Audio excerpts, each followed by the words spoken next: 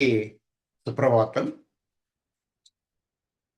తత్వమసి అనేటువంటి మహావాక్యము, నీవిదివరకే ముక్తుడవై ఉన్నావు, కానీ తెలుసుకోలేకపోతున్నావంతే. కాబట్టి ముక్తి అంటే ఎక్కడి నుంచో తెచ్చుకునేది కాదు, తెలుసుకునేది మాత్రమే అని మనకు వివరిస్తుంది. అయితే ఆ తెలుసుకోవడంలో మనకు మన అజ్ఞానం అడ్డం పడతా ఉంటుంది. కొన్ని శారీరకమైనటువంటి సమస్యలు అడ్డం పడతా ఉంటాయి. వాటన్నిటిని అధిగమించి మనం ఆ ముక్తిని చేరడం కోసం ప్రయత్నం చేయాలి. మన కోరికలు కనుక ప్రపంచానికి సంబంధించినవైనట్లయితే అనేక రకమైన దేవీ దేవతలు మనకు అవసరం అవుతారు.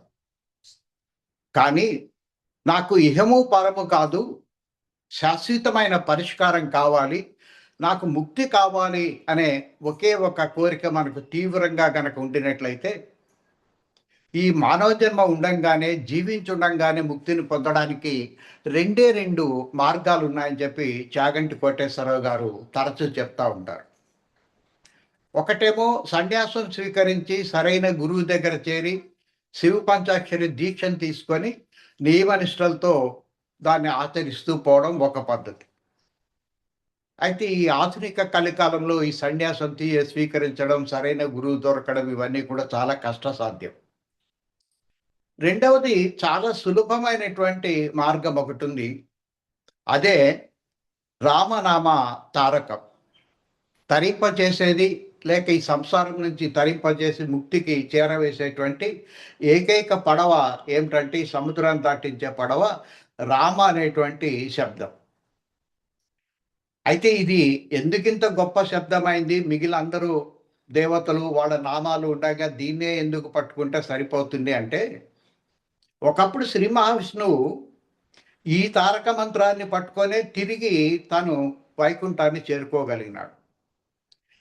రావణాసురుడిని సంహరించేటప్పుడు ఆయన కోరుకున్నటువంటి కోరికల మేరకు తను భగవంతుడిని అన్న సంగతి మర్చిపోయి కేవలం మానవుడిగా ఉంటే, మన మాదిరి మానవుడిగా ఉంటే తప్ప రావణ సంహారం జరగదు.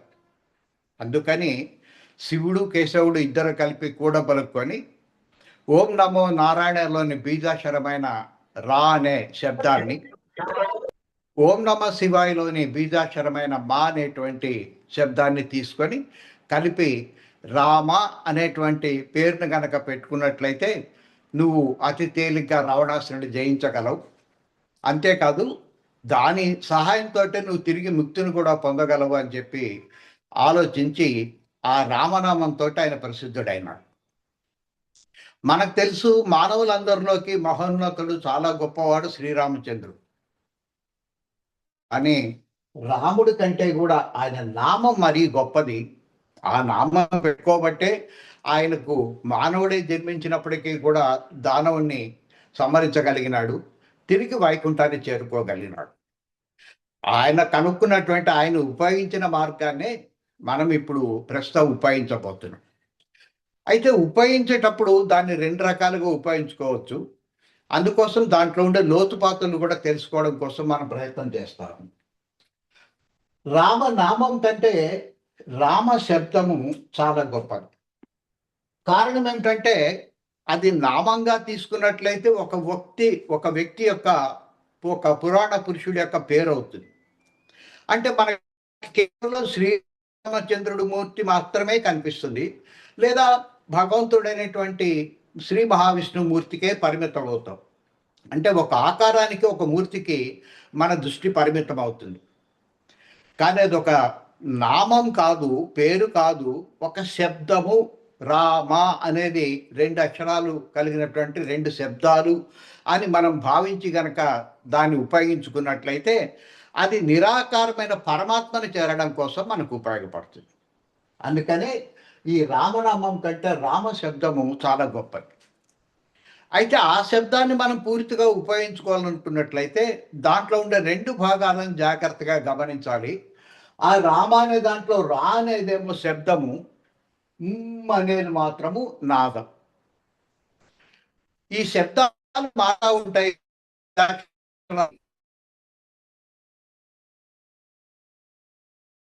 ఓ అనేది నాదం. శ్రీం అన్నప్పుడు శ్రీ అనేది శబ్దం, అనేది నాదం. నాదం మాత్రం ఎప్పుడూ మారదు. ఇక్కడ ఉండే బీజాక్షరాలు లేక శబ్దాలు మాత్రం మారుతూ ఉంటాయి. మనం దేనికోసం దాన్ని ఉపయోగిస్తున్నాం అనే దాన్ని బట్టి ఆయా బీజాక్షరాలను ఇవ్వడం జరుగుతుంది. ఈ బీజాక్షరంలో ఉండే శక్తిని బయటికి తీసి, లేక బీజాక్షరం అనేది ఒక వస్తువు లాంటిది. ఈ వస్తువులో ఉండే శక్తిని బయటికి తీసేది నాదం. అందుకని దీన్ని ఉపయోగించేటప్పుడు దీన్ని కేవలం 1, 2, 3 సెకండ్లు మాత్రమే అని, మిగిలినటువంటి ఊపిరినంతా కూడా దీనికోసం కేటాయించాలి. అందుకని కరెక్ట్‌గా ఓంకారం అనాల్సిన పద్ధతి ఏమిటంటే ఓం అనాలి. కానీ మనం సాధారణంగా ఏమంటుంటామంటే ఓని ఎక్కువసేపు అని చివరిలో అని చెప్పంటుంటాం. లేక ఓం సకము సకం అన్నా అంటాం. కానీ ఇది కేవలం శబ్దానికి 1, 2, 3 సెకండ్ల కంటే ఎక్కువ అవసరం లేదు. ఈ వస్తువుని పట్టుకొని దీంట్లో శక్తిని మార్చడం కోసం ఈ ఝంకార నాదాన్ని లేక ఇదే ఓంకార నాదం కూడా ఈ అనే నాదాన్ని వీలైనంత ఎక్కువసేపు మనం అన్నట్లయితే దీంట్లో ఉండే శక్తిని మనం పూర్తిగా ఉపయోగించుకోగలుగుతాం. అట్లా కాకపోతే ఉదాహరణకి కర్రల్లోంచి మనం ఉష్ణ శక్తిని బయటికి తీసుకొస్తున్నాం. ఈ కర్రలకు తగినటువంటి స్పేస్ ఇచ్చి దాన్ని ఉపయోగించుకున్నట్లయితే మంట బాగా వస్తుంది. కానీ కేవలం కర్రలన్నింటినీ ఒక చోట కుప్పగా చేర్చినట్లయితే, అంటే ఎక్కువ వస్తువు కోసం వాడినట్లయితే మంట బయటికి పెద్దగా రాదు. అందుకని వస్తువు తక్కువ, దాంట్లోంచి శక్తిని బయటికి తీసుకురావడం ఎక్కువ అనే పద్ధతిని ఉపయోగించాలి. దీంతో పాటు దీని నుంచి ఇంకా పూర్తి ఫలితాన్ని పొందడం కోసమని మనము దీని తర్వాత ఉండేదాన్ని కూడా ఉపయోగిస్తున్నాం. ఇది నిశ్శబ్ద శబ్దం. మనం అన్నప్పుడు ఏ రకంగా అయితే మన కంఠాన్ని బిగబట్టి ఉంచుతామో అట్లాగే బిగబట్టి ఉంచి ఎక్కడికైతే మన ఊపిరి అయిపోతుందో అక్కడికి ఆపేసి, శబ్దం రాదు బయటికి, కానీ ఆ బిగించి పట్టుకోవడం మాత్రం అట్లాగే కొంచెంసేపు ఉంచడాన్ని దీన్ని నిశ్శబ్ద శబ్దము అంటారు. అటు తర్వాత కాసేపు నిశ్శబ్దం, ఆ బిగించి పట్టుకోవడం కూడా వదిలేసి కొంచెం సేపు ప్రశాంతంగా ఉండాలి. వెంటనే మళ్ళీ తిరిగి రెండోసారి ఓం అనే దాన్ని అనకూడదు. అనకుండా ఆ నిశ్శబ్దాన్ని కూడా గమనించాలి. ఎందుకంటే కదలిక ప్రపంచము, నిశ్చలత్వం పరమాత్మ. శబ్దమేమో ప్రపంచము, నిశ్శబ్దమేమో పరమాత్మ. ఈ శబ్దం దగ్గర నుంచి ప్రారంభమైన మనం మెల్లిమెల్లిగా ఈ దగ్గరికి చేరుకోవడం కోసం ప్రయత్నం చేస్తున్నాం. అయితే నిశ్శబ్దము కనపడదు, ఈ శక్తి కూడా కనపడదు, కానీ వస్తువు కనిపిస్తుంది. కాబట్టి కనిపించే వస్తువుని శక్తి కింద మార్చుకొని ఈ శక్తిని మనం జీవాత్మగా మార్చుకొని ఈ జీవాత్మ దగ్గర నుంచి మళ్ళీ మనం పరమాత్మ దగ్గరికి ప్రయాణం చేయాలి. దీన్ని ఎక్కువసార్లు చేయాల్సిన అవసరం లేదు. కేవలం రోజులో ఎప్పుడో ఒకసారి ఒక 9 సార్లు ఈ రకంగా ఓం అట్లాగే బిగించి పట్టుకొని మళ్ళీ మౌనాన్ని కూడా కొంచెం ఆస్వాదించి తర్వాత రెండోసారి ఒక 9 సార్లు. మనకేమైనా ఇహలోక పరలోకానికి సంబంధించినటువంటి సమస్యలు ఏమన్నా ఉండినట్లయితే, అది కష్టం కావచ్చు, లేకపోతే కోరిక కావచ్చు, అట్లాంటివి ఏమన్నా ఉండినట్లయితే వాటిని సాధించుకోవడం కోసం ఈ 9 సార్లు మనం చేసే సాధన బాగా ఉపయోగపడుతుంది. నాకు ఇవేం వద్దండి, నాకు ముక్తి మాత్రమే కావాలి అని చెప్పి అనుకున్నట్లయితే దానికోసం ఉపయోగపడేటువంటి ఏకైక పరికరం ఏంటంటే నిరంతరము రామనామాన్ని స్మరిస్తూ ఉండడమే. అంతకంటే మనం చేయాల్సిన పనేం లేదు. ఇక్కడ గురువు అవసరం లేదు, లేక నియమ నిబంధనలు అవసరం లేదు, దీక్ష అవసరం లేదు. ఎప్పుడైనా ఎక్కడైనా సరే అనుకోవడానికి వీలుగా ఉండేది రామనామం. ఈ రామనామాన్ని నిరంతరం స్మరిస్తూ పోయినట్లయితే అతి తేలిగ్గా మనల్ని ఈ సంసారమైన సముద్రం మీద ఈ తెప్ప సహాయంతో అవతల ఒడ్డు చేర్చడానికి లేక ముక్తిని చేర్చడానికి సాధ్యమవుతుంది. అదే దాన్నే ఉపయోగించే ఆ రాముడు కూడా శ్రీ మహావిష్ణువు కింద తిరిగి భగవంతుడి కింద తర్వాత పరమాత్మ కింద ఆయన మారిపోయినాడు. కాబట్టి మనకు ప్రస్తుత కాలంలో అందుబాటులో ఉండేటువంటి ఏకైక సాధనది. అయితే ఇది ఎంత గొప్ప సాధనం అనేది చాలామంది తెలియక నిరంతరం భక్తిలో ఉంటారు, ఏదో ఒక నామాన్ని స్మరిస్తూ ఉంటారు. కానీ ఇక నుంచి మిగిలిన నామాలన్నీ కొంచెం పక్క నుంచి అవేమైనా ప్రత్యేకమైన కోరికల కోసమైనట్లయితే వాడి దగ్గరికి పోండి. కానీ నిరంతరము ఈ మిగిలిన నామాలు అట్లా పక్క నుంచి జై శ్రీరామ్ అనేది అలవాటు చేసుకున్నాం. రామ అంటే మా రెండు కూడా శబ్దాలే. కానీ రామ్ అన్నట్లయితే రా శబ్దము, అనేది నాదం. అది రావాలంటే జై అనేది కలిపినప్పుడు మనకు వస్తుంది. అందుకని జై శ్రీరామ్ అని పలకరింపు కనుక ఉండినట్లయితే మనము జయాన్ని పొందడం కోసం రా అనేటువంటి శబ్దాన్ని, అనేటువంటి నాదాన్ని కూడా కలిపి ఉపయోగిస్తున్నామని చెప్పారు. కానీ చాలామందికి ఇది ఇంత సింపుల్గా ముక్తి వచ్చేస్తుందా, ఏదో చాలా కష్టం చేయాలి, యజ్ఞాలు చేయాలి, యాగాలు చేయాలి, తపస్సులు చేయాలి కదా అని చెప్పి ఒక చిన్న అనుమానం లోపల పీడిస్తూ ఉంటుంది. అది నిజమే. ఒకప్పుడు అంటే మొట్టమొదటి యుగంలో, కృతయుగంలో తపస్సు ద్వారా మాత్రమే ఆయన లభ్యమయ్యేవాడు. తర్వాత ద్వాపర యుగం వచ్చిన తర్వాత ఆయన యజ్ఞయాగాదుల ద్వారా లభ్యమయ్యేవాడు. ఎందుకంటే తపస్సు చేయడం సాధ్యం కాదని కొద్దిగా రిలాక్సేషన్ ఇవ్వడం జరిగింది. అందుకే శ్రీరాముడు యజ్ఞకుండం నుంచి ఉద్భవించినాడు. ఆయన ఇచ్చినటువంటి యజ్ఞ పురుషుడు ఇచ్చిన పాయసంతో ఉద్భవించినాడు. శ్రీకృష్ణుడి కాలం త్రేతాయుగం వచ్చేసరికి ఇంకొంచెం సులభతరం చేసినాడు పరమాత్మ. యజ్ఞయాగాదులు కూడా అవసరం లేదు, కేవలం వ్రతాలు చేసుకుంటే చాలు అని చెప్పి వదిలేసినాడు. అందుకే ఒకసారి విపరీతమైనటువంటి గాలి వాన వచ్చి అందరిని అతలాకుతలం చేస్తూ ఉంటే, ఎందుకోసం వస్తుంది అంటే వీళ్ళు చేస్తున్నటువంటి యజ్ఞయాగాదుల్లో లేక పూజల్లోన ఆ భాగాన్ని, యజ్ఞ హవిస్సుని ఇంద్రుడికి సమర్పించకుండా శ్రీకృష్ణుడికి సమర్పిస్తాడు. అందుకని ఇంద్రుడు కోపం వచ్చి వర్షం కురిపిస్తే అప్పుడు గోవర్ధన పర్వతాన్ని ఎత్తి వీళ్ళందరినీ కాపాడి ఇంద్రుడి యొక్క గర్వాన్ని అణిచినాడు అని మనం చదువుకున్నాం. నిజానికి ఇంద్రుడు ఒకరు, కృష్ణుడు ఒకరు లేరు. మనకు ఒక పాఠం చెప్పడం కోసం వాళ్ళిద్దరూ అట్లా ఆ సినిమాలో నటిస్తూ ఉంటారు. కాబట్టి కేవలం వ్రతాలతోటే సరిపోతుందని చెప్పినాడు. కలికాలంలో ఈ మూడు సాధ్యం కాదు కాబట్టి కేవలం నామ జపంతో సరిపోతుందని చెప్పి మనకి వరం ఇవ్వడం జరిగింది. అయితే నామజపం అన్నాడు కదా అని ఏదో ఒక నామాన్ని పట్టుకున్నట్లయితే ఉపయోగం ఉంటుంది, కానీ అంత ఉపయోగం ఉండదు, అంత సులభంగా ఉండదు, అంత తొందరగా పట్టుబడదు. కేవలం రామనామం మాత్రమే అత్యంత సులభంగా, అత్యంత వేగంగా మనకి ఈ ఫలితాన్ని ఇవ్వగలుగుతుంది. ఈ సంగతి ఆ రాముడి కాలంతో అంతరించిపోయింది. కాబట్టి రాముడు ఎప్పుడైతే ఆ నిరంతరంగా రామనామాన్ని హనుమంతుడి ద్వారా వింటూ తిరిగి మోక్షాన్ని పొందినాడో, లేక తిరిగి వైకుంఠాన్ని చేరుకున్నాడో, దాని సంగతి అందరూ కూడా మర్చిపోయినాడు. ఈ సులభమైనటువంటి మంత్రం యొక్క గొప్పదనం అందరూ మర్చిపోయినారు. కానీ తర్వాతి కాలంలో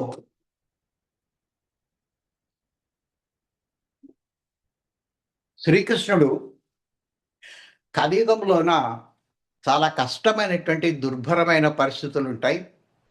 ధర్మం ఒంటి పాదం మీద లేక కుంటుతూ ఉంటుంది.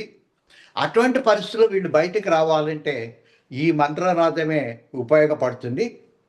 అది తిరిగి మనకు తెలిసినట్లుగా చేయడం కోసం అని చెప్పి ఒక ప్రత్యేకమైన ఏర్పాటును శ్రీకృష్ణుడు చేస్తున్నాడు. యుద్ధమంతా అయిపోయిన తర్వాత అంపశయ్య మీద పడుకున్నటువంటి భీష్ముడి దగ్గరికి పాండవులందరినీ తీసుకొని పోయి ధర్మరాజు చేత అడిగిస్తాడు. తాత సులభంగా ముక్తిని పొందే మార్గం ఏదైనా ఉంటే చెప్పరాదా మాకు అని చెప్పి అడుగుతాడు. అప్పుడు భీష్ముడు నవ్వి ఇదంతా శ్రీకృష్ణుడు చేసినటువంటి నాటకం అని చెప్పి ఆయన తెలుసుకున్నాడు. ఎదురుగానే శ్రీకృష్ణుడు ఉన్నాడు. ఆ శ్రీకృష్ణుడు మామూలు ఒక రాజు కాదు, లేక గోపబాలుడు కాదు, సాక్షాత్తు పరమాత్మ అని ఆ రోజుల్లో తెలిసిన కొద్ది మందిలో భీష్ముడు కూడా ఒకరు. కానీ ఆయన శ్రీకృష్ణ మంత్రం ఉపదేశించలేదు. ఈ రామ మంత్రాన్నే ఈ పంచ పాండవులకు చెప్పినాడు. ధర్మరాజు చాలా మంచి ప్రశ్న అడిగినావు, కలికాలానికి పనికొచ్చేది. వెనకటికి ఇదే ప్రశ్నను పార్వతీదేవి తన పిల్లలు ముక్తి మార్గంలో పొందడం కోసం అని చెప్పి శివుణ్ణి అడిగింది. కేన కించిత్ లఘునో ఉపాయం, ఏదైనా చిన్నది, కించిత్ చిన్నది, సులభమైనది, లఘునో ఒక ఉపాయం ఏదైనా ఉంటే చెప్పరాదా, ఈ పిల్లలందరూ కూడా లేక మానవులందరూ కూడా ముక్తిని సులభంగా పొందడానికి ఎందుకంటే వాళ్ళు నిరంతరం సమరంలో ఉన్నారు. కలికాలంలోన నిరంతరం ఈ సంసారమైన సముద్రాన్ని ఈతనే ఉన్నారు. అటువంటి పరిస్థితుల్లో కూడా వాళ్ళు ముక్తిని పొందడానికి వీలుగా ఉండే ఒక సులభ మార్గం చెప్పు అని చెప్పి ఆ పరమశివుడిని అడిగింది. అప్పుడు ఆయన నవ్వి, ఇది ఉంది కానీ అందరికీ తెలిసినట్లయితే మొత్తము ఈ స్వర్గలోకము అనేది ఖాళీ అయిపోతుంది, నరకము ఖాళీ అయిపోతుంది, అస్తవ్యస్తమైన పరిస్థితి ఏర్పడుతుంది. అందుకని అందరికీ చెప్పేది కాదు, చాలా రహస్యమైనటువంటి విద్య ఇది. అందుకని మనం అమర్నాథ్ గుహకు పోయి అక్కడ నిర్మానుష్యమైన చోట నీకు చెప్తానని చెప్పి పార్వతీదేవిని తీసుకొని ఆయన కైలాసంలో అమర్నాథ్ గుహ దగ్గరికి బయలుదేరినాడు. కొంత దూరం పోయిన తర్వాత ముందు తన ఎద్దుని అక్కడ వదిలేసి ముందుకు పోయినాడు. ఆ ఎద్దును వదిలిపెట్టినటువంటి గ్రామాన్నే బైల్గావ్ అంటారు. బైల్ అంటేనేమో ఎద్దు, అందుకని మొట్టమొదటి ఆ స్థలం పేరు బైల్గావ్. కానీ వదిలిపెట్టడం అనే ప్రక్రియ అక్కడి నుంచి ప్రారంభమైంది కాబట్టి దాన్ని ఇప్పుడు పెహల్గావ్ అంటారు. మొన్న పాకిస్తాన్ ఉగ్రదాడి జరిగింది ఆ ప్రాంతంలో. కాబట్టి ఆ పెహల్గావ్ దగ్గర తన వృషభ రాజాన్ని వదిలేసినాడు. కొంచెం ముందుకు పోయి 4 రోట్ల గూడల్లో ఒక అరుగు మీద చెట్టు కింద వినాయకుడిని కూర్చోబెట్టాడు. దాన్ని గణేష్ చౌక్ అని చెప్పి ఇప్పుడు పిలుస్తారు. ఇంకొంచెం ముందుకు పోయిన తర్వాత తన మెడలో ఉండే పాముని ఆ పక్క నుండి అరణ్యంలో వదిలేసినాడు. దాన్ని శేషనాగ్ అని చెప్పి పిలుస్తారు. ఇంకొంచెం ముందుకు పోయిన తర్వాత తన సిగలో ఉండేటువంటి చంద్రుడిని ఆ పక్కన పెట్టేసినాడు. దాన్ని చందన్వాడి అని చెప్పి ఇప్పుడు పిలుస్తారు. ఇంకొంచెం ముందుకు పోయిన తర్వాత తన తల మీద ఉండే గంగమ్మని అక్కడ వదిలేసినాడు. దాన్ని నీల్ గంగా అని చెప్పి ఇప్పుడు పిలుస్తారు. ఇంకొంచెం ముందుకు పోయిన తర్వాత పంచభూతాలను వదిలేసినాడు. దాన్ని పంచతరణి అంటారు. ఇట్లా దాదాపు అన్నిటినీ పక్కన పెట్టి కేవలం పార్వతీ సమేతుడై ఈ అమర్నాథ్ గుహలోకి శివుడు ప్రవేశించినాడు. ప్రవేశించి డమురుకంతో పెద్ద శబ్దాన్ని చేసినాడు. ఆ శబ్దానికి ఆ గుహలో ఉండేటువంటి అన్ని రకాలైన ప్రాణులు కూడా పరిగెత్తుకొని బయటికి వెళ్ళిపోయినాయి.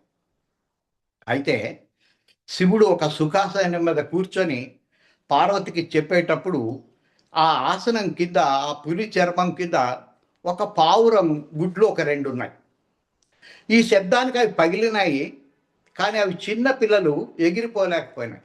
అందుకని ఈ 2 పావురం పిల్లలు మాత్రమే ఈ శివుడు చెప్పిన గొప్ప రహస్యాన్ని విని అవి జీవన్ముక్తిని పొంది ఇప్పుడు కూడా ఎవరైనా సరే అమర్నాథ్ గుహలకు గనక పోయినట్లయితే వాళ్ళకి దర్శనం ఇస్తుంటాయి. ఆ 2 పావురాలు అక్కడే జంటగా తిరుగుతూ ఉంటాయని చెప్పి చూసి వచ్చిన వాళ్ళు చెప్తా ఉంటారు. అప్పుడు సావధానంగా కూర్చొని పార్వతికి చెప్పినాడు, అత్యంత సులభంగా మోక్షం పొందడానికి ఉండే ఏకైక మార్గం ఏమిటంటే శ్రీరామ రామే రమే సహస్రనామ తత్తుల్యం రామనామ వరాననే అని చెప్పి పార్వతికి వివరించినాడు. పార్వతి ఏం చేయాల్సిన అవసరం లేదు, ఒక్క 3 సార్లు రామ రామ రామ అని వరుసగా అనుకుంటే చాలు, అది 1000 సార్లు అనుకున్న దాంతో సమానం అవుతున్నాడు. కేవలం ఒక 3 సార్లు రామ్ రామ్ అనుకుంటే ఎందుకు అది అట్లా సమానం అవుతుందంటే, ఈ రా అనే దానికేమో 5 అనేటువంటి సంఖ్య ఆపాదింపబడింది. ఈ మా అనే దానికేమో 2 అనేటువంటి సంఖ్య ఆపాదింపబడింది. ఈ ఏ శబ్దానికి ఏ సంఖ్యలు వస్తాయి అని చెప్పి మనం తెలుసుకోవాలనుకున్నట్లయితే యూట్యూబ్లో కటపయాది సూత్రము అని కనుక మీరు టైప్ చేస్తే కటపయాది సూత్రం అనేది కనుక టైప్ చేస్తే ఒక్కొక్క అక్షరానికి ఒక్కొక్క శబ్దానికి ఏమేమి సంఖ్య ఇస్తారు అన్నది మనకు తెలుస్తుంది. ఒక్కోసారి అక్షరాలకు సంఖ్యలను ఇస్తారు, ఒక్కోసారి సంఖ్యకు బదులుగా అక్షరాలను కూడా ఉపయోగిస్తూ ఉంటారు. ఎక్కడైనా ఒక శ్లోకంలో 3 అని చెప్పి రాయాల్సి వచ్చినట్లయితే 3 అనే సంఖ్యను రాయరు, ఎందుకంటే అది అక్షరాలు కాబట్టి దాంట్లో మళ్ళీ సంఖ్యలు రావడానికి అవకాశం లేదు. అప్పుడు రామ అని చెప్పి రాస్తారు. ఎందుకంటే రామచంద్రుడు ఉన్నాడు, పరశురాముడు ఉన్నాడు, దాంతోపాటు శ్రీకృష్ణుడు యొక్క అన్న ఉన్నాడు బలరాముడు. ఈ ముగ్గురే రాములు ఉన్నారు కాబట్టి 3 అని చెప్పాల్సిన చోట రామ అని చెప్పి రాస్తారు. ఆ రకంగా సాంకేతికంగా దాన్ని వ్యవహరిస్తారు. అట్లాగే ఆ కటపయాది సూత్రం ప్రకారం రా అనే శబ్దానికి వచ్చే సంఖ్య 5, మా అనే శబ్దానికి వచ్చే సంఖ్య ఏమో 2. ఈ రా అనేదేమో అగ్ని బీజము, ఈ మా అనేదేమో వాయు బీజము. అగ్నికి వాయువు కనుక తోడైనట్లయితే విపరీతంగా చెలరేగుతుంది కాబట్టి వీటి మధ్య హెచ్చింపు గుర్తొస్తుంది అని చెప్పినాడు. ఒకవేళ ఇది అగ్ని బీజం అయి ఉండినప్పటికీ ఇక్కడ వాయు బీజం కాకుండా జల బీజం కనుక ఉండినట్లయితే అప్పుడు ఇక్కడ హెచ్చింపు రాదు, డివైడెడ్ బై అవుతుంది. కాబట్టి ఇది అగ్ని, ఇది వాయువు కావడం వల్ల అందుకే శివుడు వాయుపుత్రుడిగా జన్మించినాడు. ఇది అగ్ని, ఇది వాయువు కావడం వల్ల 5x2 అవుతుంది. ఒకసారి రామ అనగానే ఇది 10కి సమానం అవుతుంది. రెండవసారి రామ అనగానే మళ్ళీ 10తో హెచ్చింపు అవుతుంది. మూడవసారి రామ అనగానే మళ్ళీ ఒకసారి 10తో హెచ్చింపు చేసినట్లయితే అది సహస్రం లేక 1000కి సమానం. అందుకని ఈ స్పెషాలిటీ, ఈ ప్రత్యేకత అతి తక్కువతో అతి ఎక్కువ సార్లు అన్నదాని ఫలితం లభించేది కేవలం ఈ 2 శబ్దాల వల్లనే లభిస్తుంది. అది నామం అనుకోవద్దు. ఆయన నామం అని కూడా చెప్పలేదు, రామ అనే శబ్దాలు మాత్రమే చెప్పినాడు. అందుకే ఈ మూడింటిని, ఈ 2 శబ్దాలను కలిపి ఒక 3 సార్లు అంటే చాలు, రామ రామ రామ అనగానే 1000 సార్లు అన్నదాంతో, సహస్రం అన్నదాంతో సమానం అవుతుంది. అందుకని రామ రామేతి రమే రామే మనోరమే సహస్ర నామ తత్తుల్యం. ఒక 3 సార్లు రామ రామ అంటే అది సహస్రనామానికి సమానం అయిపోతుంది. మనకు అత్యంత సులభంగా మోక్షాన్ని ఇస్తుంది అని చెప్పి శివుడు తెలియజేస్తున్నాడు. ఇప్పుడు మనకు ఈ సులభంగా మోక్షాన్ని ఇచ్చే మంత్రం తెలుసు. అయితే దీన్ని మనం ఉపయోగించుకొని మోక్షాన్ని పొందాలనుకున్నట్లయితే కొంచెం కష్టపడాల్సి ఉంటుంది. ఆ కష్టం ఏమిటంటే ఆ రామనామాన్ని పూర్తిగా ఇష్టపడడం అనేది చేయాలి మనం. ప్రస్తుతం మనం ఎట్లాంటి భక్తులము అంటే భక్తులమే, కాకపోతే మెలకువగా ఉండేటువంటి 16 గంటల్లో ఉదయం ఒక అరగంటో, ఒక గంటో, సాయంత్రం ఒక గంటో, అరగంటో పరమాత్మ దగ్గర ఉండి లేక పరమాత్మను తలుచుకుంటూ మిగిలిన కాలం అంతా ప్రపంచంలోనే మనం కలిపేస్తున్నాం. ఇప్పుడు దాన్ని కొంచెం రివర్స్ చేసుకొని నిరంతరం పరమాత్మ దగ్గర ఉంటూ అవసరమైనప్పుడు ప్రపంచంలోకి రావడం అనేది మనం అలవాటు చేసుకోవాలి.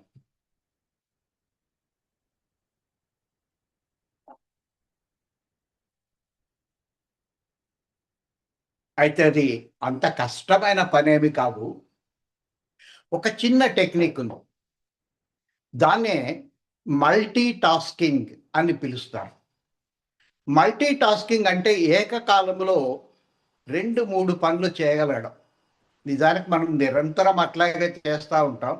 ఇప్పుడు ప్రస్తుతం మీరు వింటారు, అంటే 2 పనులు ఒకేసారి చేస్తున్నారని చెప్పారు. అయితే ఈ 2 ఒకరికి సంబంధించినట్టువే, కానీ ఒక్కొక్కసారి పరస్పర సంబంధం లేని 2-3 పనులు ఒకేసారి చేస్తుంటాం. ఒకవైపు టీవీ సీరియల్ చూస్తుంటాం, ఇంకొక పక్క ఒకవైపు కారు డ్రైవ్ చేస్తూ ఉంటాం, ఇంకొక వైపు పాటలు వింటూ ఉంటాము, చుట్టూ ఉండే పరిసరాలను పరిశీలిస్తుంటాం, పక్కన ఉండే వాళ్ళతో మాట్లాడుతూ కూడా ఉంటాం. కాబట్టి మల్టీ టాస్కింగ్ అనేది మనకు కొత్తదేం కాదు. కాకపోతే ఇక్కడ మనం చేయాల్సింది ఏంటంటే, ఇప్పటి వరకు మల్టీ టాస్కింగ్లో అన్ని పనులు ప్రపంచానికి సంబంధించినవే, ఆ 2-3 పనులు ప్రపంచానికి సంబంధించినవే. ఇప్పుడు ఒక కార్యక్రమాన్ని ఈ రామ రామ రామ అనే దాని మీదనే కేంద్రీకరించాలి. అంటే మనసులో ఒక భాగం నిరంతరం రామనామాన్ని జపిస్తూ ఉండాలి. ఏదైనా సీరియస్ పని, అర్జెంట్ పని అన్నట్లయితే దాన్ని కాసేపు పక్కన పెట్టి ప్రపంచానికి సంబంధించిన కార్యక్రమం చూసుకోవచ్చు. ఆ పని అయిపోయిన తర్వాత అనవసరంగా ఈ మనసు ఏదో పిచ్చి పిచ్చి ఆలోచనలు చేస్తూ ఉంటుంది, వాటిని పక్కకు పెట్టి దాని స్థానంలో రామనామాన్ని స్థాపించుకోవాలి. ఇందుకోసం నేను ప్రత్యేకంగా ప్రతిరోజు ఒక అరగంట పాటు ఏదో ఒక గేమ్, ప్రత్యేకించి టేబుల్స్ కానీ గేమ్స్ కానీ ఇట్లాంటివి ల్యాప్టాప్లో ఉపయోగిస్తూ ఉంటారు. సుడోకు అనే గేమ్ను వాడుతూ ఉంటారు. అయితే గేమ్ గెలవడం కోసం నా ఉద్దేశం, ఒకవైపు గేమ్ను ఆడుతూనే ఇంకొక పక్క నిరంతరం రామనామాన్ని వదలకుండా స్మరిస్తూ ఉండడం. నాకు రామనామం ఇంపార్టెంట్, గేమ్ సబ్సిడరీ.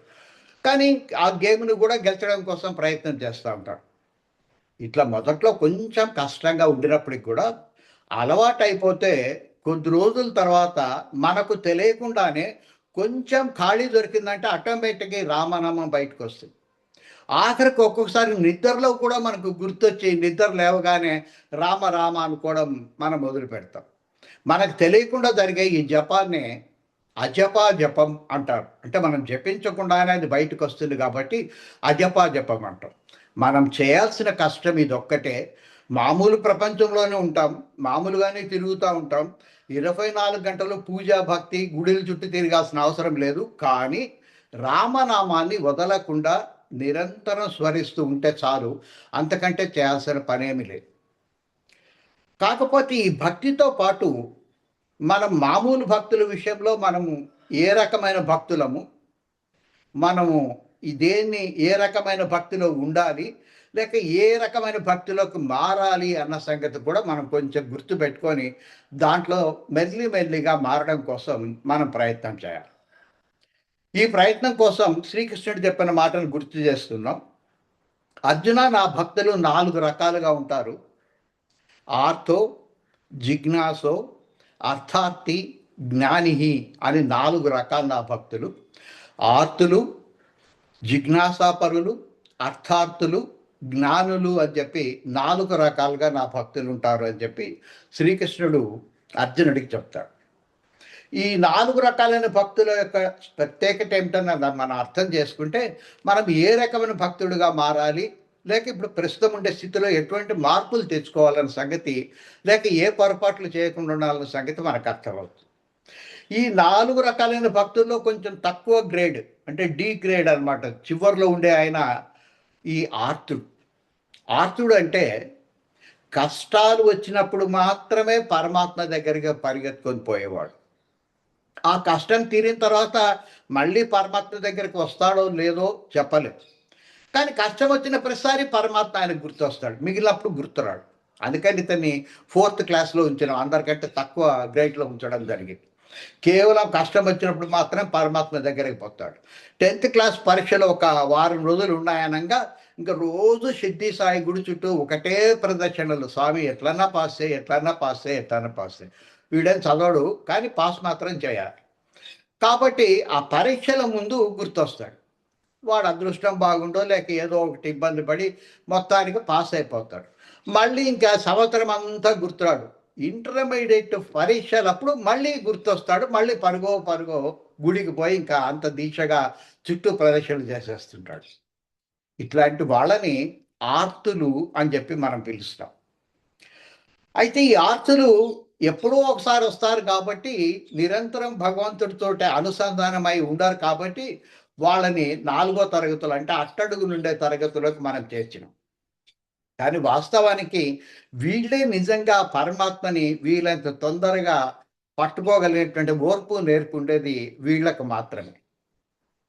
కాకపోతే ఈ కష్టం అనేది ఎందుకు వస్తుంది అనేది మనం ఆలోచన చేయడంతో పాటు ఈ కష్టం వచ్చినప్పుడు ఎట్లా అడగాలి, ఎట్లా అడగకూడదు అనేది మనం జాగ్రత్తగా తెలుసుకోవాలి. సాధారణంగా మొట్టమొదటిసారి కష్టం వచ్చినప్పుడు మొట్టమొదటిసారి ఆయనే కావాలని కష్టం ఇస్తుంటాడు కూడా, మన దగ్గరికి పిలుచుకోవడం కోసం. ఆ మొట్టమొదటిసారి కష్టం వచ్చినప్పుడు అది ఎంత కష్టమైనా సరే ఆయన తీరుస్తాడు. దాంతో మనం ఆశ్చర్యపోతాం. అంటే మనలో జిజ్ఞాస ఏర్పడుతుంది.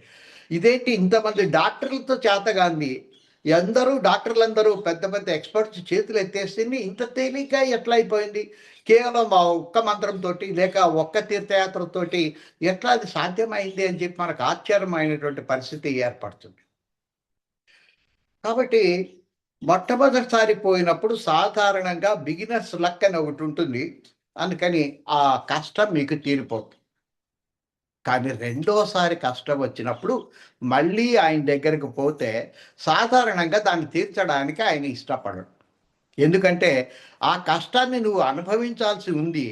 కష్టం అంటే అసలు ఏమిటి? మనం చేసిన గత జన్మలో చేసినటువంటి పాపం యొక్క ఫలితాన్ని ఇప్పుడు అనుభవిస్తాను. అనుభవిస్తేనే అది తీరుతుంది తప్ప, లేకపోతే అది అట్లాగే నిలువ ఉంటుంది, లేక క్రమక్రమంగా పెరుగుతుంది. పైన ఉండే సంచిత కర్మలో మైనస్లు పడతానే ఉంటాయి. కాబట్టి రెండోసారి పోయి కష్టం తీర్చమని చెప్పి అడిగినప్పుడు సాధారణంగా తీర్చాడు. ఎందుకంటే మనం అడిగేటువంటి విధానంలో ఒక పొరపాటు ఉంది. సాధారణంగా కష్టం రాగానే మనం ఏమడుగుతామంటే దేవుడి దగ్గర పోయి ఈ కష్టం తీసేయి, కష్టం తీసేయి, కష్టం తీసేయి అంటాం. బాబు తీసేయి అంటున్నావు బాగానే ఉంది.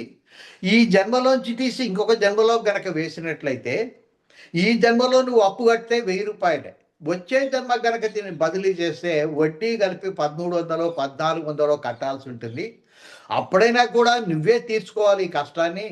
నీ తప్ప ఇంకెవరు తీర్చరు, నీ బదులు ఎవరు కూడా ఈ కష్టాన్ని తీసుకోరు. నువ్వే ఎప్పటికైనా తీర్చుకోవాల్సింది. నీకెవ్వరు సహాయం రారు, దేవుడు కూడా సహాయం రాడు. నీ కష్టం నువ్వే పడాల్సిందే. కాబట్టి ఇప్పుడే తీర్చుకుంటే 1000 రూపాయలతో పోతుంది. తీసి కష్టంగా ఉంది తీసేయంటే రేపు పొద్దున ఇంకా పెద్ద కష్టం అవుతుంది నీకు. కాబట్టి అది కొండ మాదిరి పెరిగిపోతూ ఉంటుంది, వడ్డీలు పెరిగిపోతూ ఉంటాయి. కష్టపడి ఇప్పుడే తీర్చుకోవడానికి ప్రయత్నం చెయ్యి అని చెప్పడం కోసమే సాధారణంగా తీసేయి అంటే ఆయన తీసాడు. కానీ ఎప్పుడు దాన్ని తొలగిస్తాడు అంటే, అయ్యా కష్టం వచ్చింది, నాకు తప్పదు, నేనే భరించాలా, నా బదులు ఎవరు తీసుకోరు, నా కొడుకులు కానీ లేక తల్లిదండ్రులు కానీ తీసుకోరు, నేనే భరించాలి. కానీ నాకు ఉండేటువంటి బలము, శక్తి, సంపద చాలడం లేదు. అందుకని నాకు అవసరమైనటువంటి శక్తియుక్తులు నువ్వు, ధైర్య సాహసాలు ఇవ్వు అని చెప్పి కనుక అడిగినట్లయితే ఏదో ఒక రకంగా వాటిని ఇచ్చి నీకు ఆ సమస్యలోంచి బయటపడేస్తాడు. ఉదాహరణకు ఒక ఊర్లో వర్షం దాదాపు 10 రోజులు బట్టి వరుసగా పడుతుంది. ఆ ఊర్లో అడవికి పోయి కట్టెలు తెచ్చుకొని అమ్ముకొని బతికేటువంటి ఒక పేదరాలు ఉంది. ఆమెకు ఎవరు దిక్కు దివ్వడం లేదు. ఒక 10 రోజుల తర్వాత వర్షం తగ్గింది. అమ్మయ్య అనుకొని గొడ్డలు తీసుకొని పాపం కొండ మీదకి పోయింది. ఈరోజు చాలా కట్టెలు కొట్టుకోకపోయినట్లయితే అసలు ఇంట్లో తినడానికి గిద్దలు కూడా లేవు. కాబట్టి అని కష్టపడి చాలా కట్టెలు తెచ్చి అన్నీ ఒక చోట పోగు చేసి, తీరా అన్ని దగ్గర కుప్ప చేస్తే అది చాలా పెద్ద మోపు అయిపోయింది. అసలు ఎత్తుకోవడానికి కూడా సాధ్యం కాల. మోసుకొని పోవడం సంగతి అట్లా ఉంచుదాం, ఎందుకంటే ఆమెకు అక్కడ సాయం చేసే ఎవరు లేరు. ఆ మోపును పైకెత్తడానికి కూడా ఆమెకు సాధ్యం కాదు. మరి ఆ కష్టం వచ్చింది కదా అని ఆమె కష్టం తీసేయని అడగలేదు, ఎందుకంటే ఆ కట్టెలు లేకపోతే ఆమెకు తిండి లేదు. కాబట్టి ఈ కష్టాన్ని తీసేయని అడగలేదు. అందుకు బదులుగా ఈ కష్టాన్ని భరించగలిగిన ఓర్పును, నేర్పును నాకు తండ్రి అని చెప్పి కాసేపు మౌనంగా కూర్చొని ఆర్తితోటి అడిగింది. ఎందుకంటే కష్టం వచ్చినప్పుడే లోపల నుంచి ఆర్తితోటి, హృదయం దగ్గర నుంచి, హృదయం కుడివైపు ఉంటుంది, గుండె ఎడం వైపు ఉంటుంది, ఈ హృదయం దగ్గర నుంచి ఆర్తితో అడిగింది. అప్పుడు ఆయన చిన్న ఉపాయాన్ని స్మరింపజేసినాడు. ఈ కట్టెల్లోనే ఒక పొడుగాటి కర్రను తీసుకొని ఈ కట్టెలన్నింటినీ కూడా 2 మోపుల కింద తయారు చేసుకొని, ఒక పక్క ఒక మోపు, ఇంకొక పక్క ఇంకొక మోపు, ఒక చిన్న కావడి మాదిరి తయారు చేసుకుంది. కావడి మీకు తెలిసి ఇట్లా పొడవుగా ఉంటుంది ఒక భుజం మీద. ఈ కావడితో మనం ప్రయాణం చేసేటప్పుడు అది పైకి కిందికి ఎగురుతూ ఉంటుంది. అంటే కష్టం కొద్ది కొద్దిగా తగ్గుతూ ఉంటుంది. పూర్తి బలం ఒకే చోట కేంద్రీకరించకుండా కొద్దిగా రిలాక్స్ అయ్యి మళ్ళీ వచ్చి పడతా ఉంటుంది. కాబట్టి ఇది కొంచెం తేలిగ్గా ఉంటుంది. అంతేకాదు కావడిని అవసరమైతే ఈ భుజం నుంచి మళ్ళీ ఈ భుజం మీదకి, ఈ భుజం నుంచి ఈ భుజానికి మార్చుకోవడానికి అవకాశం ఉంటుంది. కానీ ఒకే పెద్ద మోపుని నెత్తికెత్తుకుంటే మార్చుకోవడానికి అవకాశం ఉండదు. దాంట్లో స్వింగ్ అటు ఇటు ఊగడం అనేటువంటిది కూడా ఉండదు. కాబట్టి కావడిని తయారు చేసుకునే సూత్రాన్ని ఆయన ఇస్తాడు. అందుకని ఇక్కడ నుంచి ఎప్పుడైనా సరే కష్టం వస్తే తీసేయని పొరపాటు కూడా అడవద్దు. తీసి వేసినా రేపొద్దునైనా సరే నువ్వే భరించాలి తప్ప నీకు బదులుగా ఎవరి కష్టాన్ని భరించడు. అంతేకాదు, ఒక కష్టం వచ్చినప్పుడు తీసేయని మనం ఎందుకు అంటామంటే, మన ఉద్దేశంలో ఎంత మేరకైతే మనకు ఆ కష్టం వచ్చిందో అంత మేరకు మన సుఖం తగ్గిపోతుంది అనేటువంటి ఒక భ్రాంతిలో మనం ఉన్నాం. ఉదాహరణ కోసం ప్రస్తుతం మనకు ఉండేటువంటి సుఖం ఇంత ఉంది అని చెప్పి అనుకుందాం. కాబట్టి ఇదంతా కూడా 3 ప్లస్లు, ఇంత సుఖం మనకుంది. ఇప్పుడు ఎవరో వచ్చి ఒక చిన్న మైనస్ని లేక ఒక చిన్న కష్టాన్ని తీసుకోమని చెప్పి అడిగినాం. మనం ఏమనుకుంటున్నామంటే ఈ మైనస్ కనుక ఇక్కడ చేరితే ఈ 3 ప్లస్లు బదులుగా ఇక్కడ మైనస్ ఏర్పడుతుంది కాబట్టి ఇది పోతుంది, 2 పరస్పరం క్యాన్సిల్ అయిపోతాయి, నా సుఖం తగ్గిపోతుంది అని చెప్పి అనుకుంటాం. కానీ వాస్తవానికి అట్లా జరగదు. కొంచెం జాగ్రత్తగా ఆలోచించి పరిమితమైన పరిమాణంలో కష్టాన్ని మెల్లిమెల్లిగా తీసుకోవడం అలవాటు పెడితే ఈ సుఖం తగ్గడానికి బదులు మరికొంత పెరిగేస్తుంది. ఉదాహరణకి ఈ రోజుల్లో పొద్దున్న లేచిన తర్వాత కాఫీ, టీలు ఎంతమంది తాగుతున్నారు, పాలు ఎంతమంది తాగుతున్నారు? పాలు చాలా తీయగా ఉండే పదార్థం, పైగా పంచదారేస్తాం కాబట్టి పాలు ఈ సుఖం. కానీ కాఫీ డికాక్షన్ అనేది పరమ చేదుగా ఉంటుంది. విడిగా కనుక తాగినట్లయితే ఒక గుక్క కూడా తాగడానికి మనకు చేత కాదు. అయినప్పటికీ ఈ డికాక్షన్ తీసుకొచ్చి దీంట్లో కలిపితే పాల కంటే కూడా రుచి పెరిగి అందరు ఇప్పుడు కాఫీ మాత్రమే వాడడం మొదలుపెట్టినారు. ఈ వట్టి పాలను ఎవరు తాగడం లేదు. అంటే ఈ సుఖానికి కొంచెము పరిమితంగా కష్టాన్ని కనుక కలిపినట్లయితే మన సుఖం పెరుగుతుందే తప్ప తగ్గిపోవడానికి ఆస్కారం ఏమీ లేదు. కాబట్టి ఆ సంగతి గనక గ్రహించినట్లయితే మన నిజ జీవితంలో మెల్లి మెల్లిగా ఈ కష్టాన్ని కొద్ది కొద్దిగా తీసుకోవడం అలవాటు చేసుకోవాలి. తినగ తినగ వేము తీయనుండు అన్నాడు వేమన. కాబట్టి అది అలవాటు చేసుకున్నట్లయితే మనకు ఆరోగ్యకరమైంది కూడా. మనం నిజంగా మనకు మేలు చేసేది ఏమిటంటే ఆ కష్టమే, ఆ చేదే, ఆ కాకరకాయే మనకు మేలు చేస్తుంది. అంతేగాని స్వీట్లు మనకేమి మేలు చేయవు. అందుకని ఈ సుఖం అనేది ప్రేయం, అంటే మనకు ప్రియమైనది. కానీ ఇది శ్రేయం. కష్టం అనేది శ్రేయము. అది మనకు శ్రేయస్సును కలిగిస్తుంది. మనకు ఎటువంటి రోగాలు రుసులు రాకుండా చేస్తుంది. అంతేకాదు క్రమక్రమంగా మన యొక్క సంతోషాన్ని ఇంకొంచెం పెంచేటట్లుగానే చేస్తుంది.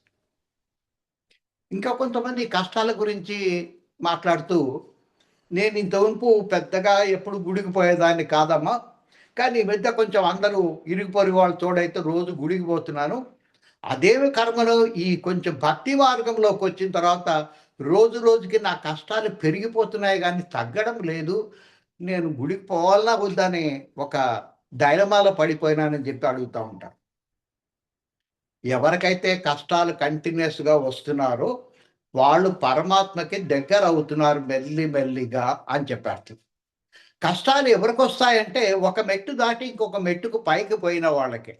10th క్లాస్ పాస్ అయిన పిల్లవాడికి మాత్రమే ఇంటర్మీడియేట్ పరీక్ష ఉంటుంది. ఇంకొంచెం పెద్ద కష్టం.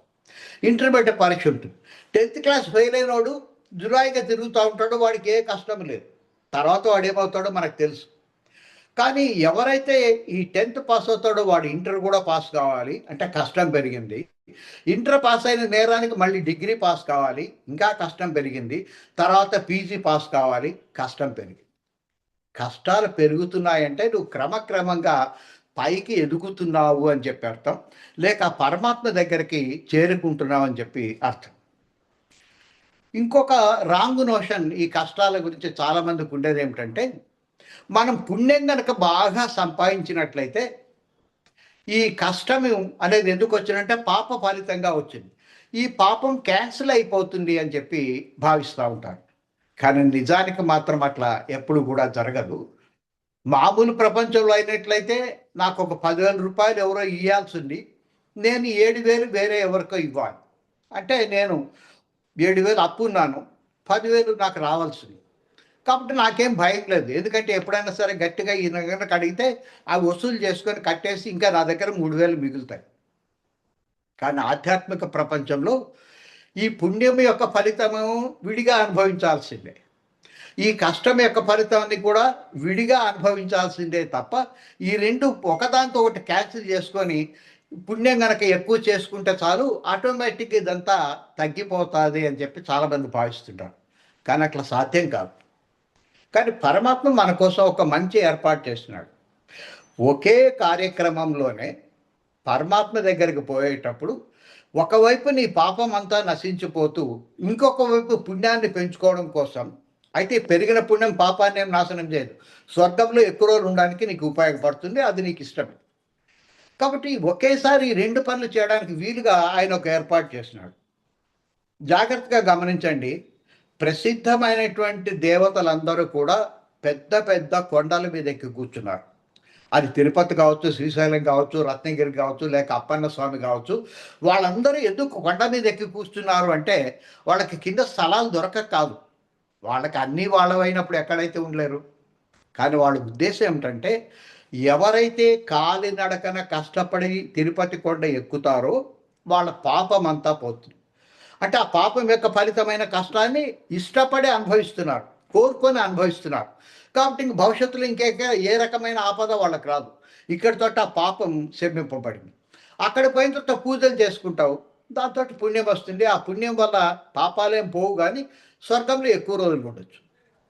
కానీ మనం ఈ టెక్నిక్ని అర్థం చేసుకోకుండా మనం ఏం చేస్తున్నాము, కారు తీసుకొని నేరుగా గర్భగుడి దగ్గరికి పోయి దిగి అష్టోత్తరం శాస్త్రోత్తరం చేసుకుంటాం. అంటే పుణ్యం సంపాదిస్తున్నాము, పాపాన్ని మాత్రం పోగొట్టుకోవడానికి మనం ప్రయత్నం చేయడం లేదు. ఆ కారు చుట్టూ తిరిగిపోయింది కాబట్టి కారుకు పాపం పోతుంది తప్ప మనకేం పాపం పోయేటువంటి అవకాశం లేదు. అందుకనే ఎప్పుడైనా సరే దైవ దర్శనానికి పోతున్నామంటే వీలైనంత కష్టపడడానికి ప్రయత్నం చేయండి. వీలైతే ఇంకా చాలా దూరంగా చెప్పులు వదిలేసి కొద్దిగా రాళ్ళు, ముళ్ళు గుచ్చుకుంటున్నట్లు ఉంటూ కూడా సరే కష్టపడి మెల్లిగా పైకెక్కండి. ఎంత కష్టపడితే అంత పాపం మనకు క్రమక్రమంగా తగ్గిపోతూ ఉంటారు. కాబట్టి ఆర్తులు చేయాల్సిన పనేంటంటే కష్టం రాగానే తీసేయని అడగకూడదు. దాన్ని ఎదుర్కోగలిగినటువంటి ఓర్పును, నేర్పును, ధైర్య సాహసాలు ఇవ్వమని చెప్పి అడగాలి. కష్టము మన యొక్క సుఖాన్ని పెంచుతుందే గాని తగ్గించదు. చంద్రుడిలో మచ్చలుంటాయి. చంద్రుడు తెల్లగా ఉంటాడు, మచ్చలేమో నల్లగా ఉంటాయి. అంటే అది మైనస్, ఇది ప్లస్. కానీ ఆ మచ్చలు ఉండడం వల్లనే చంద్రుడు ఎంత ప్రకాశవంతంగా మనకు కనిపిస్తాడు. అట్లాగే ఒక కొత్త ఇంటికి వెల్ల వేసేటప్పుడు, సున్నం వేసేటప్పుడు నేరుగా సున్నాన్ని వేసేదానికంటే కూడా కొద్దిగా నీలి మందు కలుపుతారు. అప్పుడు చాలా బ్రైట్ వైట్ వస్తుంది. కాబట్టి ఈ కష్టాన్ని కొద్దిగా తక్కువ మొత్తంలో మనం అలవాటు చేసుకోవడం గనక మొదలుపెట్టినట్లయితే అది మనకు ఆరోగ్యకరంగా ఉంటుంది. ఇంకొక వైపు మన పాపం అంతా కూడా ఉపశమిస్తుంది అని చెప్పారు. అంతేకాదు కష్టం పెరుగుతుందంటే భగవంతుడికి మన పట్ల ఇష్టం పెరుగుతుందని చెప్పే అర్థం కూడా చేసుకోవాలి. అంతేకాదు పుణ్యం సంపాదించినంత మాత్రాన ఆటోమేటిక్‌గా పాపం ఎక్కడికి పోదు. దేని ఫలితాన్ని దాన్ని విడిగా అనుభవించాల్సిందే. కాబట్టి ఒకవైపు పుణ్య ఫలితాన్ని అనుభవిస్తూనే, మరొక వైపు పుణ్యాన్ని సంపాదిస్తూనే, పాపాన్ని పోగొట్టుకోవడం కోసం కూడా మనం నిరంతరం ప్రయత్నం చేస్తా ఉండాలి అని చెప్పి అర్థం చేసుకోవాలి. ఈయన మొదటి రకమైనటువంటి భక్తుడు ఆర్తుడు అంటారు. అంటే కష్టాల్లో మాత్రమే పరమాత్మ దగ్గరికి పోయేవాడు.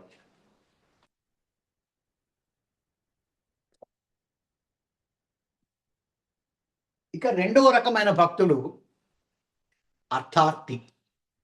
ఒకసారి ఏదో కష్టం వచ్చి పరమాత్మ దగ్గరికి పోతే ఆ కష్టము ఆశ్చర్యంగా అది తీరిపోతుంది. దాంతోటి అతను చాలా సంతోషపడి ఈయన కష్టాలు తీర్చడం మాత్రమేనా సుఖాలు కూడా ఇస్తాడా అని ఆలోచిస్తాడు. ఎందుకంటే కష్టాలు తీరినంత మాత్రమే ఆటోమేటిక్‌గా సుఖం వస్తుందని చెప్పి అర్థమేం కాదు. నీకు ఒక 10,000 అప్పు ఉంది. అది తీర్చలేక నానా బాధపడుతున్నావు. అనుకోకుండా ఒక 10,000 దొరికిందనుకుందాం. దాంతో కష్టం తీరిపోయింది. కానీ ఇంకా సుఖం రాలే. ఎందుకంటే మనం ఈ అప్పు సరిగ్గా కట్టకపోవడం వల్ల కొట్టువాడు మళ్ళీ పోయి అప్పు పెట్టమంటే ఇవ్వడు కూడా.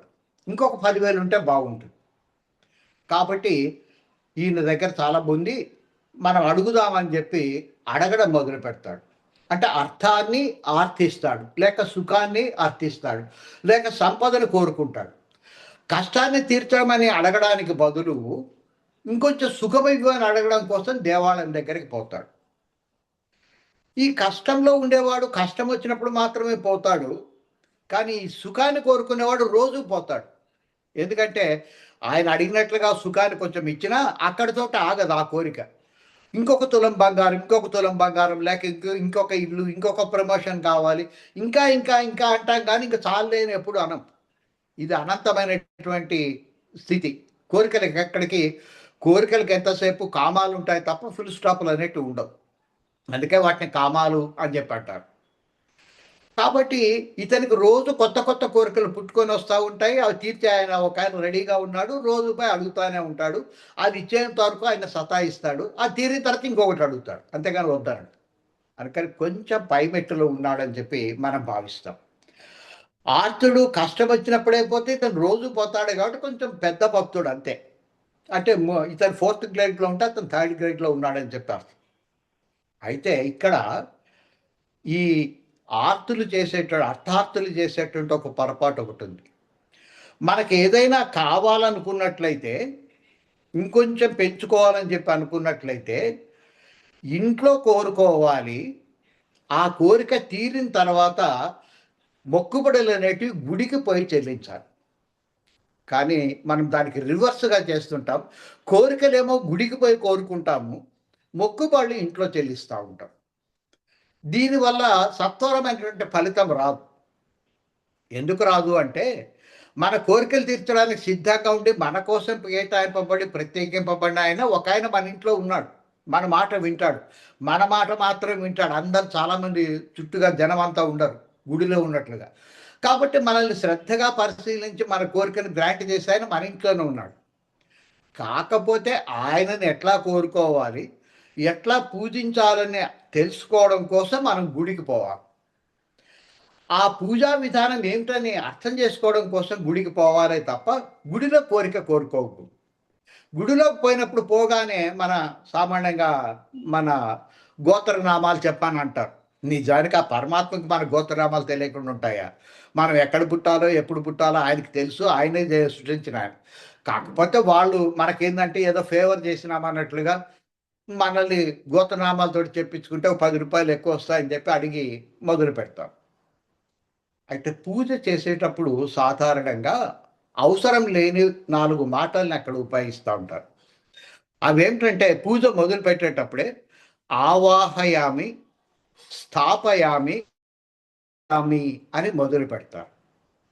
ఈ మాటలు నిజానికి మనం ఇంట్లో వాడుకోవడం కోసం మనకు నేర్పించేటివే కానీ అక్కడ గుళ్ళో ఉండేటువంటి విగ్రహం దగ్గర ఈ 3 మాటలు వాడాల్సిన అవసరం ఏమీ లేదు. ఆ గుడిలో ఉండేటువంటి ఆ విగ్రహానికి ఉండే ప్రత్యేకత అర్థం చేసుకోవడం కోసం మనం ఒక 3 మాటల్ని తెలుసుకొని ఉండాలి. ఒకటి మంత్రము, ఇంకొకటి యంత్రము, మూడోది తంత్రం. మంత్రం అంటే అప్పటికప్పుడు పనిచేసేటువంటి ఒక చిన్న శబ్దం. అది ఒక పెంటార్చ్ సెల్స్ లాంటిది. కొద్దిపాటి వెలుతురిస్తుంది. అప్పటికప్పుడు వెంటనే మనకు పనిచేస్తుంది. అది మంత్రం. పాము మంత్రము, తేలు మంత్రము ఇట్లాంటివి. కానీ ఒక్కొక్కసారి ఈ కొద్దిపాటి శక్తి లేక ఒక చిన్న మంత్రంలో ఉండే శక్తి చాలు, ఎక్కువ శక్తిని ఒకచోట చేర్చవలసిన అవసరం ఏర్పడుతుంది. అటువంటప్పుడు ఉపయోగించే దాన్ని యంత్రము అని పిలుస్తారు. ఉదాహరణ రోజుల్లో మనకి సెల్ ఫోన్ రానప్పుడు మామూలు కెమెరాలు వాడేటప్పుడు రాత్రిపూట కనుక వాడాల్సి వచ్చినట్లయితే ఫ్లాష్ లైట్ అని చెప్పి ఒకటి ఉండేది. కెమెరా ఇట్లా ఉండినట్లయితే దానికి ఒక మూలన పైన తెల్లటి గీత మాదిరిగా ఉండి ఇక్కడ ఫ్లాష్ లైట్ ఒకటి ఉండేది. ఇక్కడ ఉండే బటన్ కొద్దిగా నొక్కినప్పుడు ఈ ఫ్లాష్ లైట్ నుంచి కనుక గ్రీన్ లైట్ కనిపిస్తే అది రెడీగా ఉందని చెప్పేస్తాం. అప్పుడు కనుక బటన్ నొక్కినట్లయితే మనకు ఫోటో రావడంతో పాటు అదే సమయంలో వెలుతురు కూడా టక్ మన బయటకు వస్తుంది. దాంతో రాత్రిపూట కూడా మన ఫోటోలు తీయడానికి సాధ్యమవుతుంది. కానీ ఫ్లాష్ లైట్ని కనుక వెలిగించాలనుకున్నట్లయితే 70 వోల్ట్ల కరెంటు అవసరం. కానీ ఆ కెమెరాలో మనం ఏమేస్తాం, 2 సెల్స్లు వేస్తాం. ఒక్కొక్క సెల్కి 1.5 వోల్టేజీ, 2 సెల్స్లు కలిపి 3 వోల్ట్లది మాత్రమే అక్కడ వేస్తాం. మరి 3 వోల్ట్ల బ్యాటరీ తోటి 70 వోల్ట్లు ఎక్కడి నుంచి వస్తాయి అంటే దీనికోసం ఒక కండెన్సర్ని పక్కన విడిగా ఏర్పాటు చేస్తాం. 2 సెల్స్లు దీనికి అనుసంధానం చేసి ఒక కండెన్సర్ని ఇక్కడ ఉపయోగిస్తారు. లేక దీన్ని కెపాసిటర్ అంటారు. దీని యొక్క కెపాసిటీ ప్రస్తుతం 70 వోల్ట్స్. ఇదేం చేస్తుందంటే మనం కింద ఉంచినటువంటి 2 సెల్స్లోంచి క్రమక్రమంగా ఈ శక్తిని అంతా కూడా ఇక్కడి నుంచి తీసుకొచ్చి కలిపేసి ఈ 3 వోల్ట్లు 3 వోల్ట్లు 3 వోల్ట్లు కలుపుతూ పోతుంది. 3+3+3 ఆఖరికి అది 10 రెట్లు పెరిగి 90 వోల్ట్లు వచ్చినప్పుడు అప్పుడు ఇక్కడికి మనకు గ్రీన్ లైట్ వెలుగుతుంది. అటువంటి దాన్ని కెపాసిటర్ లేక కండెన్సర్ అని చెప్పంటాం. లేక నిల్వ చేసేటువంటి ఒక చెరువు లాంటిది అది. ఈ వచ్చిన నీటిని అంతా కూడా నిల్వ చేసి పెట్టి అవసరమైనప్పుడు వదలడం కోసం అది ఏర్పాటు చేస్తుంది. అట్లాగా ఒక విగ్రహాన్ని స్థాపించడానికి ముందు ఎక్కువ శక్తి అవసరం కాబట్టి ఆ విగ్రహానికి సంబంధించినటువంటి మంత్రంతో ఒక యంత్రాన్ని తయారు చేస్తారు. ఒక రాగి రేఖని తీసుకొని దాని మీద ఆ విగ్రహానికి సంబంధించినటువంటి ఆకారం ఏదైతే ఉండాలో దాన్ని గీసి దాని లోపల ఏ బీజాక్షరాలు అయితే ఉండాలో వాటన్నిటిని కూడా లిఖించి ఒక్కొక్క బీజాక్షరం దగ్గర 1008 సార్లు ఆ మంత్రాన్ని జపించి ఇక్కడ శక్తిని నిక్షిప్తం చేస్తారు. అంటే ఒక్కొక్క సెల్స్లో ఉండే శక్తిని తీసుకొచ్చి ఇక్కడ ఒక్క చోట పోగు చేస్తారు. దీన్ని యంత్రము అని చెప్పంటాం. అందుకని విగ్రహాన్ని స్థాపించే ముందు ఆ విగ్రహంలోని అవసరమైన శక్తిని అంతా కూడా ఆ యంత్రంలోకి ఆపాదించి దగ్గర తీసుకొచ్చి చేర్చి అది విగ్రహం కింద ఉంచి దానిపైన విగ్రహాన్ని ఉంచుతారు. ఈ యంత్రం బాగా పనిచేయడం కోసం కొంచెం నవరత్నాలు అట్లాంటివన్నీ కూడా మనం లోపలేసి మనము ఈ యంత్రాన్ని స్థాపిస్తాం. తర్వాతే విగ్రహాన్ని ఉంచుతాం. ఇట్లా లోపల ఉన్నటువంటి శక్తిని ఆ విగ్రహంలోంచి బయటికి తీసుకొని రావడం కోసం అక్కడ ఉండేటువంటి పూజారి ఉపయోగించేటువంటి మంత్రాలనే తంత్రము అని చెప్పంటాం. ఆ తంత్రం ఆయనకు ఒక్కడికే తెలుసు, మనకు తెలియదు. లేక మనం నేర్చుకున్నట్లయితే మనం కూడా ఉపయోగించుకోవచ్చు. కాబట్టి మంత్రం అంటే ఒక చిన్న సెన్స్, ఒక్కసారికే ఉపయోగపడేది. తేను మంత్రం, పాము మంత్రం లాంటి అనేక మంత్రాల యొక్క శక్తి ఒకచోట చేర్చడం కోసం ఉపయోగించే రాగిరేఖని యంత్రము అని చెప్పి అంటారు.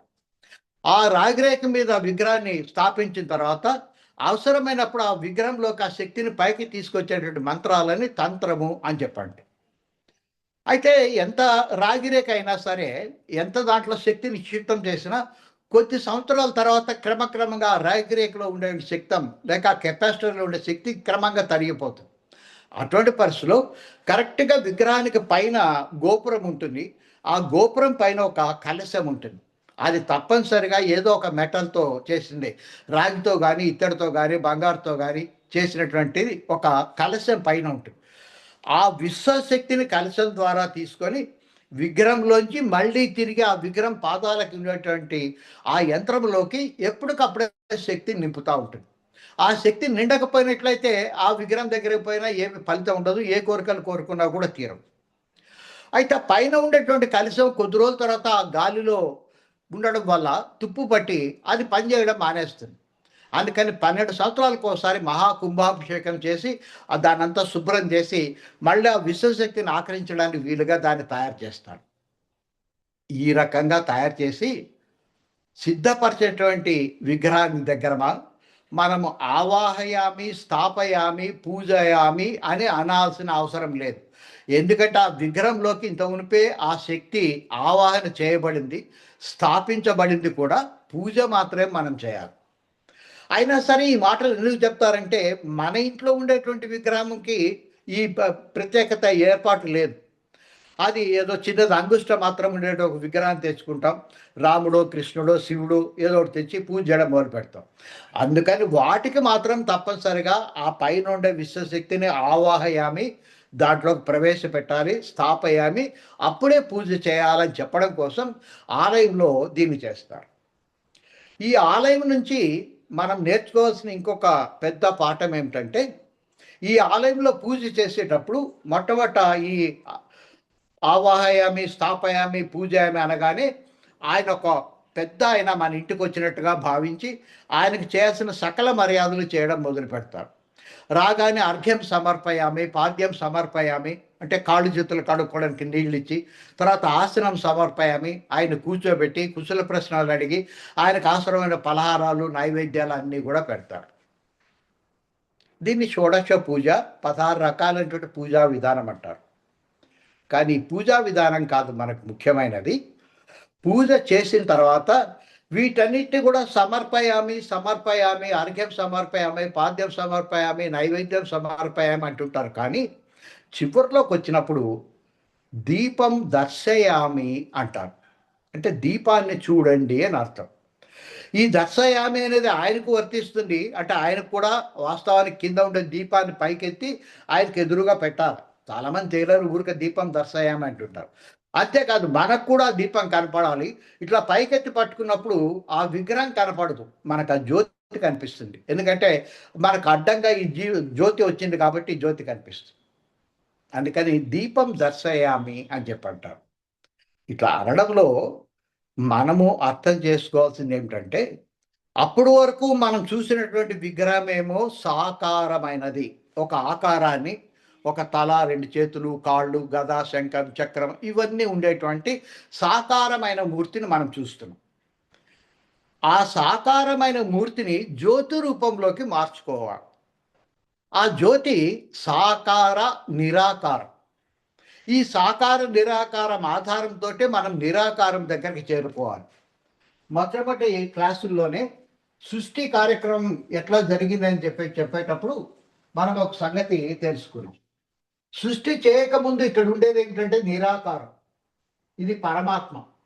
పరమాత్మలో 2 అంశాలు ఉన్నాయని చెప్పి మనకు తెలుసు. ఒకటి చైతన్యము లేక జ్ఞానము, మరొకటి శక్తి.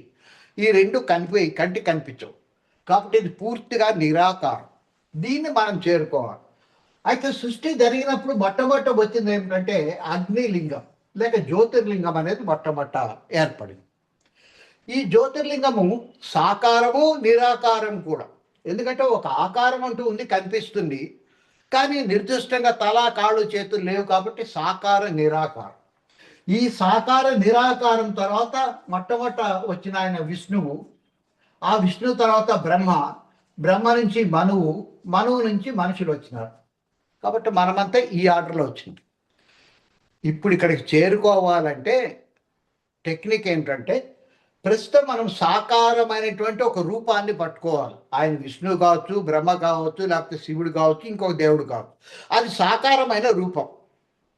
ఈ సాకార రూపాన్ని చూసిన తర్వాత చివరిలో దీపం దర్శయామి అనగానే ఈ రూపాన్ని గుర్తుపెట్టుకోవాల్సిన అవసరం లేదు.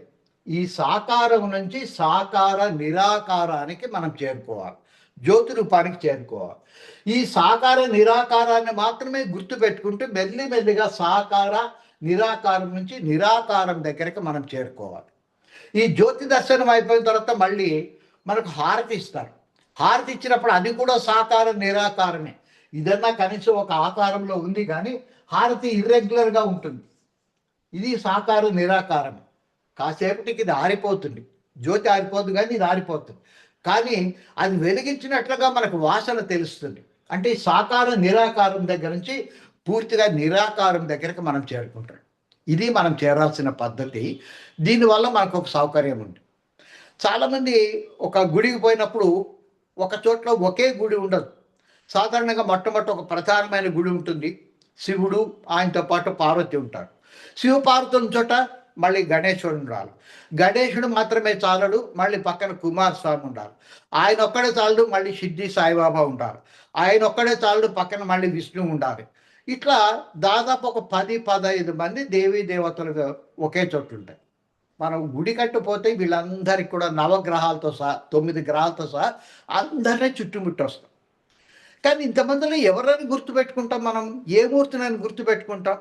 లేదా ఏదో ఒక మూర్తిని గుర్తుపెట్టుకుంటే శివలింగాన్ని గుర్తుపెట్టుకోవడం ఈజీ, ఎందుకంటే గుండ్రంగా ఉంటుంది కాబట్టి. మిగిలిన వాళ్ళు మనకు అందుబాటులో ఉంటారు. కానీ టెక్నిక్ ఏంటంటే, నువ్వు శివుడిని చూసినా సాకారమే, జ్యోతి కింద మార్చుకో. విష్ణువుని చూసినా సాకారమే, జ్యోతి కింద మార్చుకో. కుమారస్వామిని చూసినా జ్యోతి కింద మార్చుకో. అంటే అందరూ జ్యోతి అయిపోయినారు. భిన్నత్వం నుంచి ఏకత్వం దగ్గరకు వస్తాం. అంతేకాదు, సాకారం దగ్గర నుంచి సాకార నిరాకారం దగ్గరకు వస్తాం. దీని సహాయంతో ఇక్కడికి మనం పోవాలి. ఈ టెక్నిక్ని అర్థం చేసుకున్నట్లయితే మనం తేలిక పరమాత్మను పట్టుకోవడానికి ఈ భగవంతుడి ద్వారా, ఒక రూపం ఉండినట్లయితే భగవంతుడు అంటాం, రూపం లేకపోయినట్లయితే పరమాత్మ అంటాం. ఈ రూపం ఉండేటువంటి భగవంతుడి దగ్గర నుంచి సాకార నిరాకారానికి, లేక జ్యోతి దగ్గరికి, సాకార నిరాకారం నుంచి నిరాకారం దగ్గరికి మనం చేరుకోవాలని గుర్తుపెట్టుకున్నట్లయితే గుడికి పోయినందుకు మనకు పూర్తి ప్రయోజనం లభిస్తుంది. టైం అయిపోయింది, ఇక్కడితోటి క్లాస్ ముగిస్తున్నాను. అందరికీ ధన్యవాదాలు. జై శ్రీరామ్. జై శ్రీరామ్ గురువు గారు. జై చాలా శ్రీరామ్. అద్భుతంగా చెప్పారు. ఓకే, చాలా విషయాలు నేర్చుకున్నాము. ఓకే. ధన్యవాదాలు.